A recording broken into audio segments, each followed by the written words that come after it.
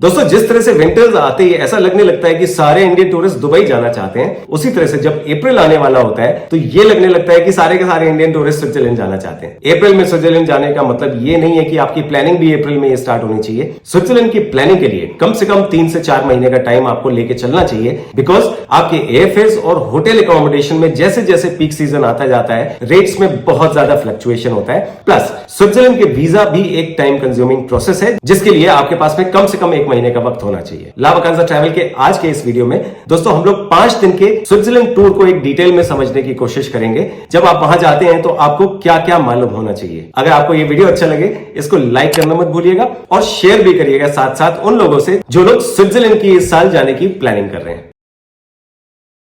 दोस्तों, जब आप एक स्विट्जरलैंड का 5 दिन का टूर ले रहे हैं, आपको कम से कम इन 3 बातों के बारे में क्लियर होना बहुत जरूरी है। सबसे पहली बात जो है वो है स्विस ट्रैवल पास। दूसरा इंपॉर्टेंट पॉइंट है जिसके बारे में आपको मालूम होना चाहिए, वो है कि आप जब स्विट्जरलैंड जा रहे हैं तो आपको रहना कहां पे है। आप ज्यूरिक में रहेंगे, या फिर आप इंटरलाकन में रहेंगे, या फिर आप लुसर्न में रहेंगे, या फिर और भी बड़ी खूबसूरत छोटी छोटे गांव है वहां पे जहां पे आप रहना चाहेंगे। और तीसरा इंपॉर्टेंट पॉइंट ये है कि आपकी फ्लाइट कैसे होगी। आइए इसको एक एक करके समझते हैं। दोस्तों, सबसे पहला है Swiss travel pass. Swiss travel pass एक वहां के ट्रांसपोर्ट के लिए एक इतना इंपॉर्टेंट डॉक्यूमेंट होता है। जब आपके पास में स्विस ट्रैवल पास होता है, ये आपको अलाउ करता है कि वहां की आप किसी भी पब्लिक ट्रांसपोर्टेशन जैसे ट्राम्स, बसेस और करीब करीब सारी ट्रेन आप इनमें अनलिमिटेड ट्रैवल कर सकते हैं। अनलिमिटेड का मतलब आप रैंडमली कितनी बार भी चढ़ सकते हैं, कितनी बार भी उतर सकते हैं। जब आप स्विट्जरलैंड में होते हैं, आप इस पास का करीब करीब सभी दिन हर वक्त इस्तेमाल कर रहे होते हैं। एक और खास बात है, जब आपके पास में स्विस ट्रैवल पास होता है तो वहां के बहुत से एक्सकर्शन, साइटसीइंग और म्यूजियम्स में भी आपको या तो हैवी डिस्काउंट्स मिलता है और बहुत सी ऐसी चीजें हैं जो कि फ्री भी होती हैं। जब हम इस आइटनरी को डिस्कस कर रहे हैं, हम लोग ये एज्यूम करके चल रहे हैं कि आपके पास में 4 दिन का कंसेक्यूटिव स्विस ट्रैवल पास होता है, जो कि आपको 4 दिन तक के लगातार इस्तेमाल करना होता है। दूसरी इंपॉर्टेंट चीज जो हम लोगों ने पॉइंट आउट करी थी, वो थी आप रहेंगे कहां पे। स्विट्जरलैंड एक बहुत बड़ा देश नहीं है दोस्तों। यहां पे जब ज्यादातर इंडियन टूरिस्ट जाते हैं, उनके लिए जाना इंपॉर्टेंट होता है ज्यूरिक, इंटरलाकन और लुसर्न। साथ में इसमें और भी बड़े सारे छोटे छोटे गांव होते हैं जो कि अपने बहुत ज्यादा खूबसूरती के लिए मशहूर हैं और लोग वहां पे भी रहना चाहते हैं। एक और बात इंपॉर्टेंट है दोस्तों, बिकॉज ये एक छोटी जगह है और यहाँ पे टूरिस्ट खास तौर पे अप्रैल ऑनवर्ड्स अप टू नवंबर इतनी बड़ी तादाद में आते हैं कि यहाँ पे होटल्स की अवेलेबिलिटी और रेट का बहुत इश्यू होता है। अगर आपके प्लान में ये है कि आप इंटरलाकन में रुकना चाहते हैं या आप लुसर्न में रुकना चाहते हैं, आप जरूर रुक सकते हैं। अगर आपको वहां पे अवेलेबिलिटी की प्रॉब्लम है या रेट्स होटल के बहुत ज्यादा महंगे हैं किसी इवेंट या हाई सीजन की वजह से, इसमें कोई हार्म नहीं होता कि आप सारी रातें वहां पे ज्यूरिक में भी रुक सकें, या सभी दिनों में आप लुसर्न में रुकें, या सभी दिनों में इंटरलाकन में रुकें, क्योंकि इन सारे शहरों और टाउन्स की डिस्टेंसेस बहुत ज्यादा नहीं है। अगर आप एक जगह में भी रुकते हैं, आप हर साइट सीइंग कर सकते हैं। ट्रैवलिंग टाइम बहुत से बहुत आधे घंटे या 1 घंटे का होता है, जो कि एक बहुत ही मामूली चीज है स्विट्जरलैंड के हिसाब से, बिकॉज ट्रैवलिंग यहां पे साइट सीइंग होती है। दोस्तों, हम लोग जब इसकी डिटेल में आइटनरी डिस्कस करेंगे, हम लोग ये अज्यूम करके चल रहे हैं कि यहां पे आपका अराइवल और डिपार्चर ज्यूरिक से होगा। वैसे तो कुछ अच्छी फ्लाइट्स हैं जैसे एतिहाद, जो कि आपको जिनीवा में भी लैंड कराती हैं, लेकिन हम लोग ये अज्यूम करेंगे इसमें कि आप ज्यूरिक पहुंच रहे हैं और ज्यूरिक से ही वापस आ रहे हैं।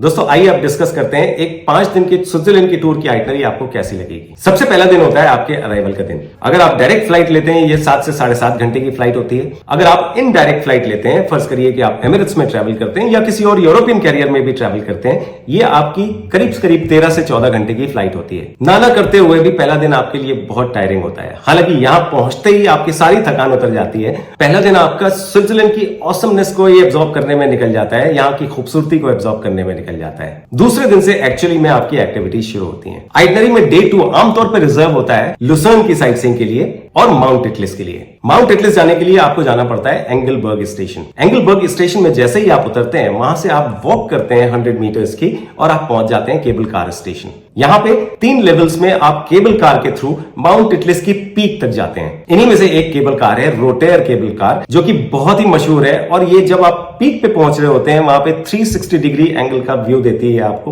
बिकॉज ये रोटेट करती है। माउंटेन पीक पे पहुंचने के बाद में व्यू पॉइंट है, आप स्नो में खेल सकते हैं, बहुत ही ऑसम पिक्चर्स की अपॉर्चुनिटी होती है आपके पास में। वहां पे आप रेस्टोरेंट में खाना भी खा सकते हैं, आइसक्रीम पार्लर में आइसक्रीम भी खा सकते हैं। उसके बाद आप इसी तरीके से केबल कार से वापस एंगलबर्ग आते हैं, जहां से ट्रेन लेके आप आ जाते हैं लुसर्न। दोस्तों लुसर्न स्विट्जरलैंड का प्रोबब्ली सबसे खूबसूरत टाउन है और ये मोस्ट विजिटेड टाउन है इन स्विट्जरलैंड। यहाँ पे जब आप पहुंचते हैं आपके पास में बहुत से साइट सीइंग के ऑप्शंस हैं, जैसे कि ओल्ड टाउन की साइट सीइंग, जहां पे आपकी एटलीस्ट एक वॉक होना बहुत जरूरी है। यहाँ पे आप शॉपिंग कर सकते हैं। साथ ही सबसे इंपॉर्टेंट चीज जो होती है लुसर्न में पहुंचने के बाद, यहाँ के लेक पे लेक लुसर्न क्रूज करना, जो कि आपको फ्री ऑफ कॉस्ट मिलता है बिकॉज आपके पास में स्विस रेल पास है। शाम में ये क्रूज स्टार्ट होता है। ये क्रूज करने के बाद में आपका खत्म होता है डे 2।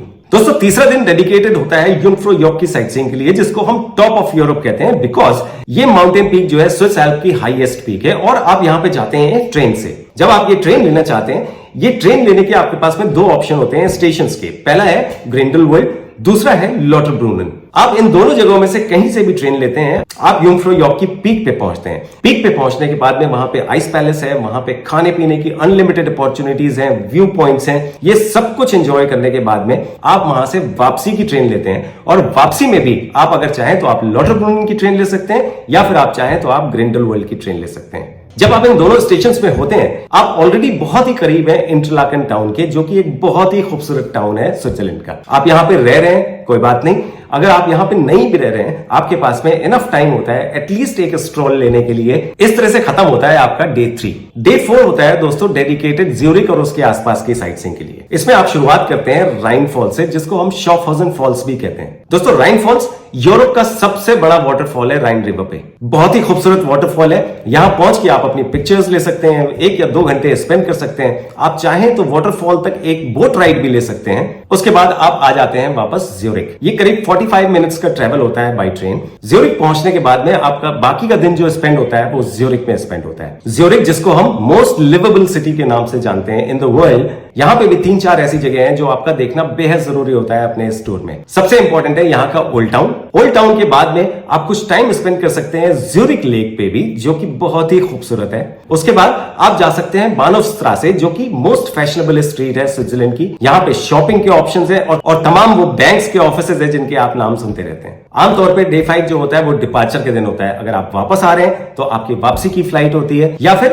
अगर आप आगे अपनी जर्नी कंटिन्यू कर रहे हैं टुवर्ड्स इटली, टुवर्ड्स पेरिस और टुवर्ड्स जर्मनी और टुवर्ड्स ऑस्ट्रिया, आप अपनी ट्रेन या फ्लाइट लेते हैं। लेकिन अगर आपकी ट्रेन या फ्लाइट लेट इवनिंग की है, आपके पास में ये पूरा 5वां दिन मिलता है, जिसमें कि आप बहुत इंपॉर्टेंट साइट सीइंग कर सकते हैं जर्मनी में। जब आप ज्यूरिक से ये टूर लेते हैं, आप यहां से ट्रेवल करते हैं through Black Forest region to Lake टिटसी।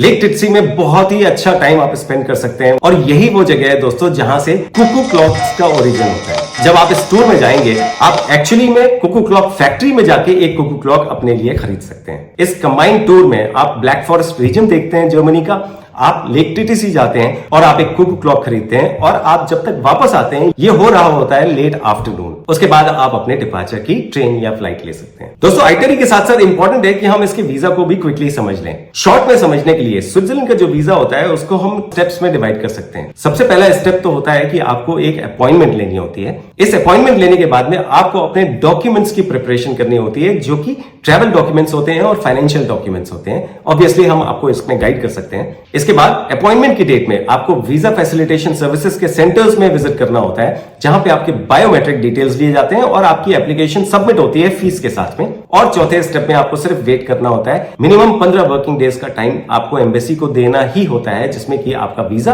Process होने के बाद में आपका आ जाता है। जैसे ही आपको ये वीजा मिलता है, इस वीजा को लेके आप स्विट्जरलैंड में दाखिल हो सकते हैं। दोस्तों आई होप स्विट्जरलैंड के 5 दिन का टूर कैसा होता है हम लोग आपको समझाने में कामयाब हो पाए हैं। अगर आपको और डिटेल्स मालूम करने हैं, आप हमें कभी भी रीच आउट कर सकते हैं। वीजा के लिए या आपकी स्विस हॉलिडे के लिए आपको किसी भी तरह की कोई हेल्प चाहिए, आप हमें कभी भी रीच आउट कर सकते हैं। हमारे कंसल्टेंट्स को बहुत खुशी होगी आपकी किसी भी तरह से हेल्प करने में। मिलते हैं दोस्तों अगले वीडियो में।